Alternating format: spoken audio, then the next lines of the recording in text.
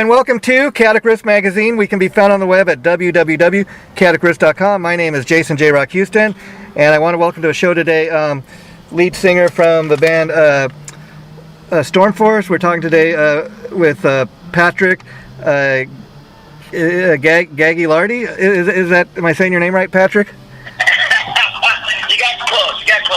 So the second G is silent, but I just go with Gagilardi. It works perfectly, that's fine. Okay, so to be honest, Patrick, your publicist sent me a little press release on the band. I never heard of you guys before, but I've heard the one track for, which is a current single for Alanis Morissette cover, which is Uninvited. How did you guys go about choosing that song to cover?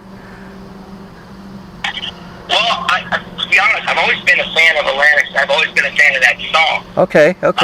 She released it after Jagged Little Pill.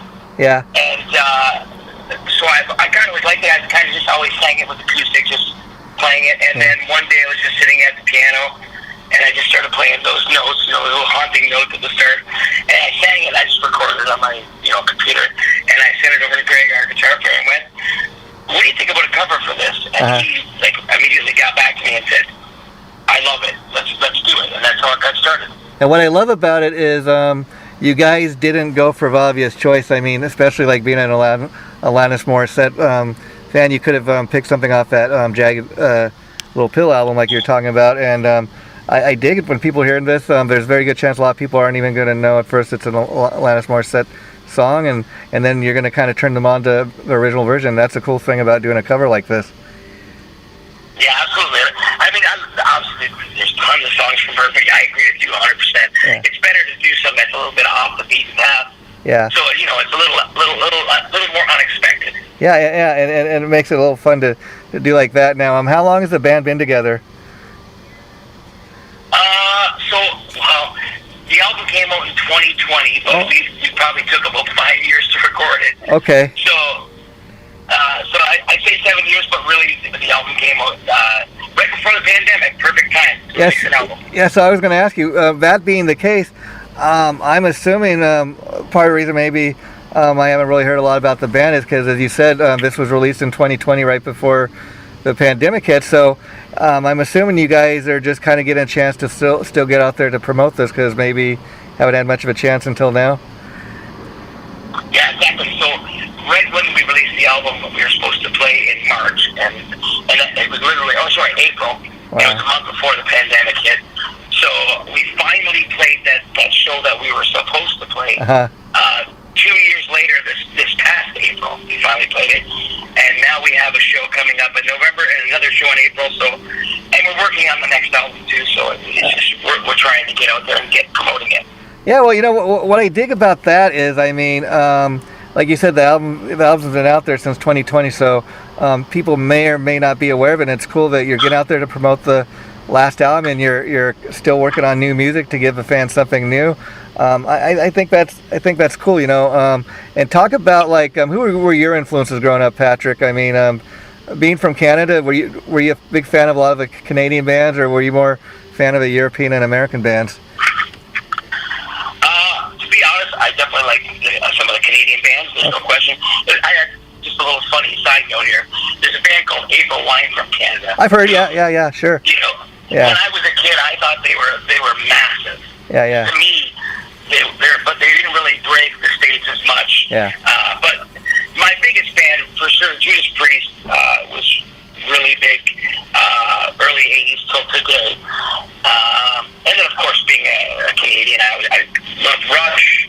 But I was more Maiden, Priest, Sabbath, that kind of classic metal. Okay, yeah. Now let me ask you, being a Priest fan, who isn't? That's one of those bands you think of. Great classic metal band. You put them up there with, Priest, you think of right away, maybe Sabbath, Deep Purple. Now let me ask you, being a Judas Priest fan you are, by any chance, did you ever get a chance to hear the very first Judas Priest album, Rock-a-Rolla? Of course. Okay, and the reason I asked for that is I'd heard some songs off of that, but until recently I never heard the whole album in its entirety. And what's kind of interesting is that was like when Rob Halford first joined the band. They'd had a previous singer, and all these songs written with him. And what's kind of interesting, you can kind of hear Priest kind of creating their sound on that album. And what's interesting is there are some songs on there that even sound like progressive rock tunes, you know? Yeah, absolutely. Actually got a little bit of Rush in there, like some sus chords that sound, you know, kind of like give that kind of fantasy feel. Yeah. And now you mentioned like being a Rush fan. Who isn't? I was curious, being from Canada, how big of a Triumph fan were you? I was very big, actually, very big fan. I saw them, back in the prime. Yeah, you know, back in probably early '90s. Yeah, you know what amazes me? I mean, even back in the 70s and the 80s, especially with MTV, they were all over radio and MTV, and it's amazing. Like by the time you get to the 90s, even a lot of people had forgot about Triumph. I mean, for whatever reason, Rush kind of was a little bigger. But I remember, you know, back in the day, like you said, Triumph was pretty big. But it's amazing. A lot of people forgot about that. Just what a great band Triumph was, and you know, about 15 years ago, they released a greatest hits album, and I was asked to write up a review about that at the time. And I remember thinking to myself, wow, I forgot myself how many great songs, you know, Triumph had put out over the years. And one of those bands that just, you know, I think people need to be more aware of, you know, the ones that aren't, especially. Yeah, I agree. I love them. I thought Triumph was a fantastic band. Matter of fact, being a Canadian, there was always that, you know, Rush or Triumph, because they're both trios. Who's better? And I mean, you can't compare. You can't compare to yeah. I mean, they're and Triumph, like you said, were so huge. I mean, even back in you know, the '80s, they played the US Festival in California. Yeah. Huge festivals, and they were one of the top bands. I mean, I'd say, like, you know, Rush and Triumph's top two Canadian bands. Now, there was also I heard it, you know, like in the late '70s, early '80s, this other band Moxie that was kind of big in Canada. Were you a fan of them, or are you even aware who they are? I'm aware of the name, but I don't know their music. Okay, yeah. It'd be interesting if you just kind of read up on their story. I mean, they were never huge here, like in the United States. They kind of just kind of missed making it here. But from what I understand, they're very big at the time in Canada and Texas. And the lead singer, I think the original lead singer they had, he died in a motorcycle accident. And a couple years ago, they had I think Russ Dwarf from the Killer Dwarfs. He's singing for them now. That's awesome. And then of course there was probably other band a lot of people know from Canada would be Helix. Were you ever much of a Helix fan? Absolutely. No, absolutely. I remember that's kind of like 80s, yeah. Somewhere the area I'm from. So that, you know, that's the big bands that were from around here for Canada, anyways. Yeah. Helix, Brighton Rock. A couple other bands were kind of really big in this, you know, Toronto area, and Helix is probably one of the bigger ones. They got a bit more out there. Yeah, so like I said, so I've only heard your current single for Uninvited, and talk a little bit about the other tracks on the album. I mean, how many tracks are on the album, and are you the principal songwriter, or does everybody get to contribute to the songwriting? Okay. So Age of Fear got 10 tracks on it. Okay. Probably the main tracks are the title track, Age of Fear, okay. Breed, and Because of You. As far as writing, Greg is the main writer. He's, used to be the guitar player for Brighton Rock. Yeah. And the key writer for Brighton Rock. And he pretty much will send me rhythms and melodies, and then I will write the lyrics. Oh, interesting. So, so the current album that came out in 2020, that I assume was recorded way before the pandemic. So, like, were you guys all in the same studio to record that, or do you kind of do it the modern way, as far as everybody has a home studio and records their own parts at home? Right. No, we would be the same studio, because that's the great thing. When Greg was kind of, you know, putting the band together, he wanted guys that were near. He had tried that, you know, singers from this place and the guitar players from way over here, and doing it all at home, and but it's not cohesive for us. It doesn't make you gel. So we would hang out in the studio and watch each other's tracks, and you know, it's great to be there in the same place. We do it sometimes when it's necessary, but we prefer to be together. I think that's really cool, because, you know, me being a guy from the 70s and 80s, you know, people laugh because I know they do kind of do it the modern way of everybody having a home studio and that, but I just something about like a band being in the same room. I think you can tell when you put a record back, on especially like something that was made from the 70s or 80s. You can hear that kick to the album, when the whole band is in the same room doing it.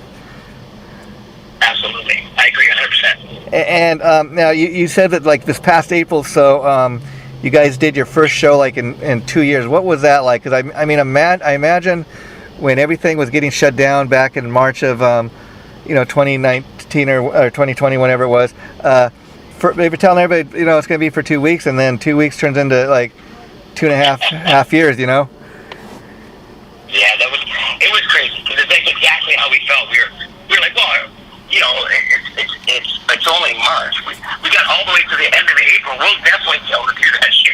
Yeah. So then, it was a long way, and it was funny because we kept on rescheduling it. Like, all right, we'll do it in October then. Of 2020. Yeah. All right, we'll do it in April of 2021. And then I think when the fall came of 2021, we went, you know what? We're just going to push it to April of 2022. 2022. And the whole blew the over. And it was a great night. When we originally sold the tickets, it all sold out. So, there was a big crowd there, and everybody was, everyone that did listen to the album had been waiting. Yeah. They were, it was actual anticipation. Yeah, it's funny because this album's been out since 2020, you tell me, and a lot of people like myself are just finding out about it now, and so to many people, it really is like a new album, and I think that's why too you're probably working on new music at the same time because, well, a lot of the fans probably haven't heard the album or just yet. Probably a lot of you guys in the band that created the songs are kind of like maybe tired of hearing these songs. Like it's time to get some new songs too in the set. Yeah, absolutely. And I think that the biggest thing with only having one album is that, obviously live, you're pretty much forced to play the whole album, which is great for us. Yeah. Because obviously we love every tune. But, for the crowd, there's obviously any album that has so many songs that kind of hit, right? Yeah. So it's just great to have that selection. You get another album out there, now you're picking, the best from this one and the best from this one, put together a better set. Now they say they say bands usually like in reference to your debut album, you have kind of your whole life to write that album. Is that how you kind of feel about this album you guys have out? That those songs really mean something, and we really went into the studio and we really delivered the goods. Yeah, well, it was such a slow process for us to do it because we have other things going on in life. Yeah. Hey, did you finish the lyrics for that one? Okay, I got them now. So okay, now we'll go and we'll do that track, right? So we really took our time. There was no rush. There was no record deal at the moment. So it wasn't until we had 7 or 8 tracks done that we even started shopping it, and then we got the record deal with Escape Music in UK, and that's when it pushed us. Okay, now we need to finish it. Enough goofing around. Let's get the album done. And then what took 2 years, to finish, say 8 of the tracks. We had 11 finished by 3 more months to get it going. Yeah, and now as far as the actual album, can people get physical copies of that? Is it just available digitally right now? So it's both. So you can go on our website, Storm Force.10. Oh, there's a link right there to order the CD. I asked because it's actually on Escape Music's website as well. Okay, I ask again because I'm kind of an old school guy in that I still like as I'm driving to work today, I was I got a CD player in the car. I'm listening to my CDs.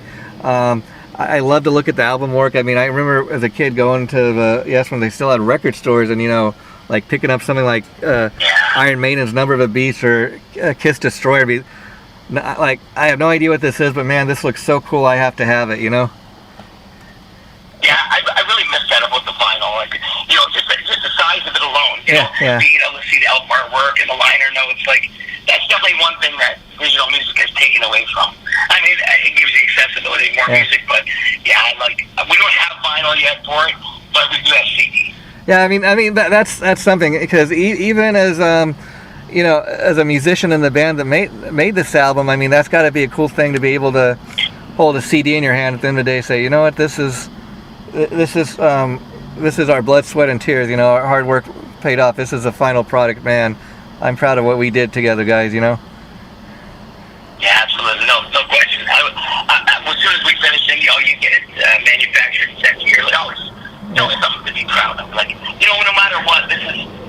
Oh, sure, we love these songs. We think we did a great job. I hope some people dig it too.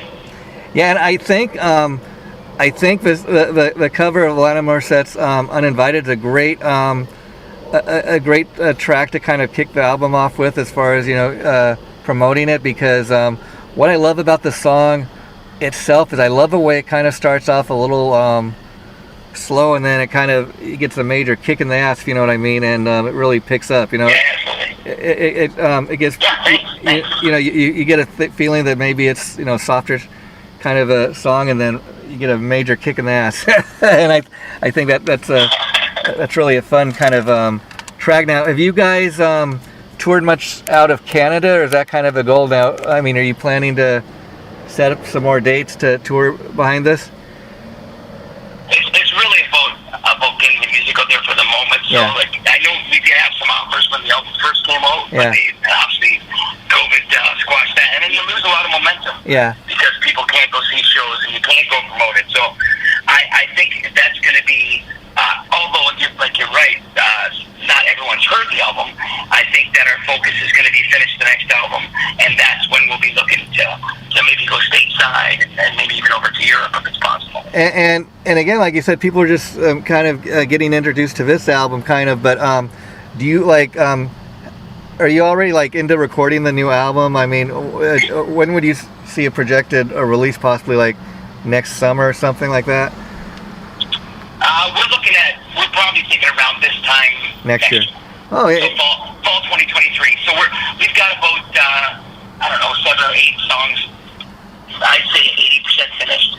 Oh, but we want to, you want to do 13, 14, 15, and then take your 10 bets kind of thing. Yeah, I'm totally with you there, because Patrick, a lot of bands these days. I mean, you guys are a relatively new band, so you couldn't really do it. But a lot of bands that have been around, they live on their catalog of music. They're the attitude is, who's buying CDs now? Why bother writing, recording new music? We'll just live on our catalog of music. So I think you guys got a great plan, because by this time next year, another album comes out. You get ready to tour.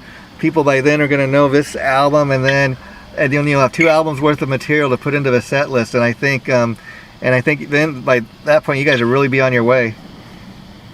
Yeah, I think we're looking forward to it. And again, when it comes to us, it's all about just writing and recording. That's what we want to do. We want to go play some cool shows. There's no doubt about it. But wherever this takes us, we just enjoy what we do. And I think you and your band have a right attitude, because the other thing I was getting ready to say is that my only other complaint with bands that put out music today is a lot of them, as great as it is, they'll put out maybe a 4 or 5 song EP, and I'm like, that's great, but you know what? I would much rather have the full package. Give me, like you said, an album of 12, 13 tracks, and then I'm there. Yeah, I agree, because that's exactly what we did for the first album. We're doing an album, we're not doing an EP, we're not doing a single. Even this Uninvited, this is more of a stopgap for us. We like the tune, we want to put it out there, but it won't be on the next album. Yeah. It's just something in the middle, and then the next album will be all original music. Oh, that's cool too, because being that you guys just kind of put this out there, it's not even on the album. That's, again, it makes even if somebody just buys it digitally, it makes it kind of a collector's item. It's like, we're giving you a little something extra. Just wait. There's more on the way. Yeah, we just can't. That's exactly it. We just want to keep on having fun, right? So since the album's not done, we're like, let's just do something that, and also keeps the name out there, keeps the word alive, right? Yeah, and I gotta tell people, you got some great people working with the band behind the scenes. I mean, just to name one, your publicist, Michael Brandville, who nobody might be aware who he is. He's the publicist for Accept. He works with Gene Simmons. He used to be the publicist for Kiss. He got their website, Kiss Online, when they first went online. So he's been around, and to have a guy like that behind you and your band, I think the band's going to really get the push they deserve. Yeah, Michael's awesome. He's just always got great ideas. So So every day, hey, how do we do this? What do we do? How should we even uninvited? How should we release this? What's the best way to go? And he's always got, do this, let's do this. Yeah. I can't say enough about him. He's been amazing. Yeah, and my point with that just being, when you got those kind of people working with the band behind the scenes, I think that really kind of, says something about the talent in the band. And now you were mentioning that this isn't a band you formed, but so how did you come to join the band? I mean, was there an audition process, or did you know these guys from just the local music scene? So yes and no. So Greg, I've actually known him since I was 10 years old. He went to school with my brother. Oh wow! And then Greg went off. He went off, and I met him a few times. Yeah. And then he went off and started Brighton Rock, and then they had some great success here in Canada. They opened for Boston on tour and had Juno nominations and gold record. Oh wow! So when Brighton Rock split up, it was years later that I had met him. I had kind of touched base with him again, and we did a little recording, but it wasn't the right time. It wasn't working out. And then when he started this project, he had a different vocalist, and he just reached out to me because it wasn't working out or whatever. I don't really know the end of that, and he said, I got some songs. I want you to come down and just sing them and see what you think. See what you think, right? And if you listen to the first album, Ride Like Hell was the first track, and I just went in the studio. I had written the lyrics for it. Cool. Went in the studio and sang it, and it just clicked right there. Like the other guys were like, yes, this will work, and he's, are you interested? I said, absolutely. This sounds great. Let's keep going. So that was kind of your audition right there, and let me ask you, that's right. The rest of the songs on the album, were they written with the original singer, or did you contribute to all the tracks on the album? I don't know if there was any songs the original singer actually sang. It was just more like a kind of a project, and they had done 2 different songs. Oh, okay. But they just never released them because it didn't work out. Yeah. No, I'm pretty sure every song on this album, obviously the album began with Greg, but I was the first guy to lay down tracks on them. Oh, that's pretty cool. And so to most of the fans, and even though you're not the original singer, you're the original singer as far as they're concerned, because and when you kind of got the chance to join the band, were you kind of allowed to kind of just do your thing with the tracks, or did they want you to kind of did they have a certain thing in mind for the tracks already? Well, here's the thing, right? So I don't want to confuse the stuff they did with the other singer. It wasn't Storm Force. They were just doing other things, right? So okay. When I joined the band and then we got the record deal, that's when it actually became Storm Force. Oh, okay. So when I went into sing, I guess when it comes to the first album, I am the original singer, is what I'm trying to say. Oh, okay. Thanks for clearing that up. Greg writes the melody. He'll send me the melody and the rhythm. But he says, you know what, man? I'm a firm believer that the guy who sings the lyrics should write the lyrics because it means more. And also when it came to melody choices, if you got something that sounds better, or you want to try this, try that. He's very accepting of change. Well, that's cool. And so I'll ask you then, that being the case, so was the band already named, or did do you know how the band came to be named Storm Force? Yeah, absolutely. So we were floating around names, and this is after we got the record deal with Skate. So when we got signed with Skate, we didn't have a name. Okay. And we tried a bunch of names, and it just basically like that. The CEO of the label were just, hey, what about this? What about this? What about this? And we go back and forth, and then we just finally kind of all settled on Storm Force. Yeah, because that's why I always love to ask people that, because I know in any band that's one of the hardest things, coming up with the name, and I mean, like, I was talking to this one guy who's got this tribute band. They do a lot of great, like, it's a recording project. They do a lot of great covers of like great hard rock and metal classics. Everything from Boston to Black Sabbath to Dio, and they call the band Farmer Bob, which kind of interesting name, because when you type in Farmer Bob, you wouldn't believe all the strange things that come up. But so and then you got to always, and then besides that, you got to worry about, okay, is anybody out there calling their band Storm Force? And luckily not, but it's a great sounding name. That's where you get to Google searches before you pick the name. Yeah, but it's a great sounding name, and I'm really excited to see where the band is this time next year, and I'm gonna definitely check out the rest of the album when I get a chance. But before I let you go and we wrap it up for today, let me ask you, in regards to doing the Alanis Morissette cover, what I really kind of dig about it is, okay, it's a song obviously originally done by a female vocalist. So did you have any concern about that? The reason I ask is I think in spite of that, you do just a great job of just doing a great cover, if you know what I mean. It doesn't really matter if it was, to me, that it was done by a female singer originally, you know? Yeah. No, absolutely not. Again, I definitely was just a huge fan of the song. Yeah. And I did want to sing it different. So I have a raspy voice. Yeah. Obviously, she's very sweet and beautiful sounding at the start of the song, and I have a bit more aggression in my voice. So I wanted to make it mine. I didn't want to just do it. Let's just record it and have it sound just like Alanis, because sometimes covers are just that, right? I've been in cover bands, right? Let's learn the song exactly the way it goes. I mean, we didn't want to do that. So I mean, typically, there's one of two ways bands go when doing a cover. Like you said, a lot of bands believe in staying as true to the original as possible. But then, I dig what you guys did with this cover, because again, maybe it's the fact that it's originally done by a female, but to me it doesn't even matter. It's a great song, and to me a great song is a great song. And I do love on your version that your voice has a little more of an aggression, especially being a metal fan myself. It gives it kind of a different spin, and does a great job of paying tribute to the original song, Thanks. Yeah, no, we're very proud of it. We did a good job on it. I like the way it sounds, and like I said, I've always loved that song. Well, I want to thank you again, Patrick, for taking time to talk to me. It was fun chatting with you and getting to know you. And if you like the way this interview came out, let's keep in touch. And anytime you guys would drop a new single or anything, I'd love to do it again and help you further promote the album. Okay? Absolutely. Hey, I appreciate it, man. Okay, take care, my friend. Thanks again. Bye-bye. Have a nice day. Okay, bye-bye.